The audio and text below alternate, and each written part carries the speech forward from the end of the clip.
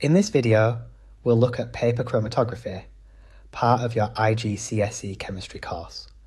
By the end, you'll be able to do three things. First, describe how chromatography separates a mixture. Second, calculate an RF value. And third, use chromatograms to identify substances. Paper chromatography separates a mixture of soluble, coloured substances, like the dyes in an ink. First, draw a baseline in pencil near the bottom of the paper and add small spots of the mixture on it. Then stand the paper in a little solvent, making sure the solvent starts below the baseline so the spots don't just wash off. The solvent soaks up the paper, carrying the substances with it. The more soluble a substance is, the further up it travels, so the mixture separates into separate spots.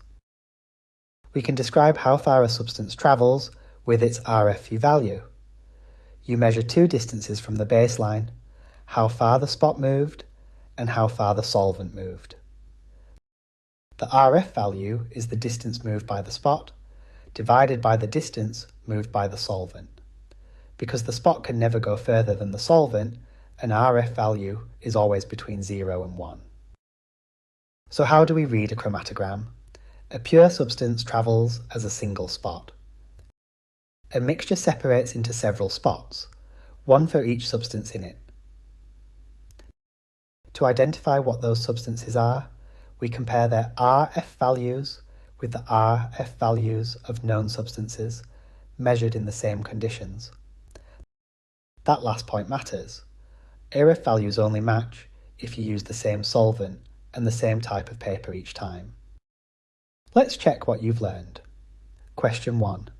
Why is the baseline drawn in pencil? Question 2. How do you calculate an RF value? Question 3. What does a single spot tell you about a substance? Pause the video and have a go. 3, 2, 1. Here are the answers. 1. Pencil is insoluble, so it won't dissolve and travel up the paper with the solvent. 2. Distance moved by the spot divided by the distance moved by the solvent. 3. It is likely to be a pure substance. Thanks for watching. If this video helped, please give it a like and subscribe to the channel for more IGCSE science revision. My revision workbook is available from the link in the comments